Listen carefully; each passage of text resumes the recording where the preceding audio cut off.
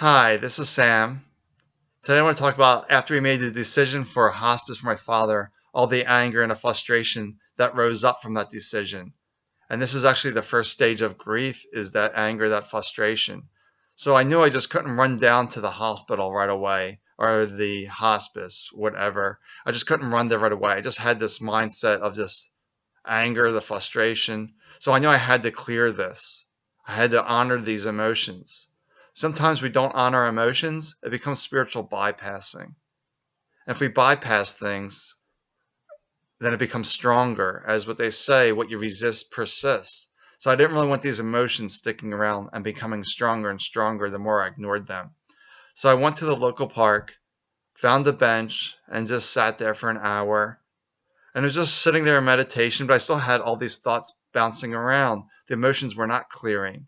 So I often say sometimes you have to cry, you have to yell, you have to scream. You just have to release the energy of emotions. These energies have to be released. So I decided to talk to the trees for 15 minutes or so, just expressing my anger and frustration with the medical community, just giving him false hope, give him dialysis when he was not a great candidate for dialysis.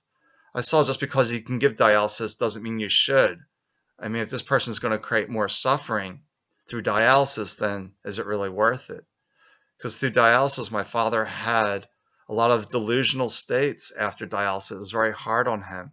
So he pulled out his kidney tubes, which would require more surgeries to put the kidney tubes back in, or he would fall. He would lose reality, and this wasn't fair to him. It wasn't kind.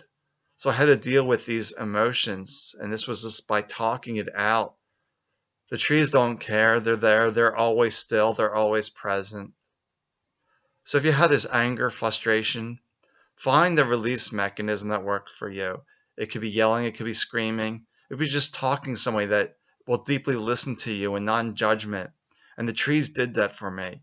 They could just hear my words and they had no opinions or judgments about it. And this cleared that energy. So just be kind, compassionate with yourself.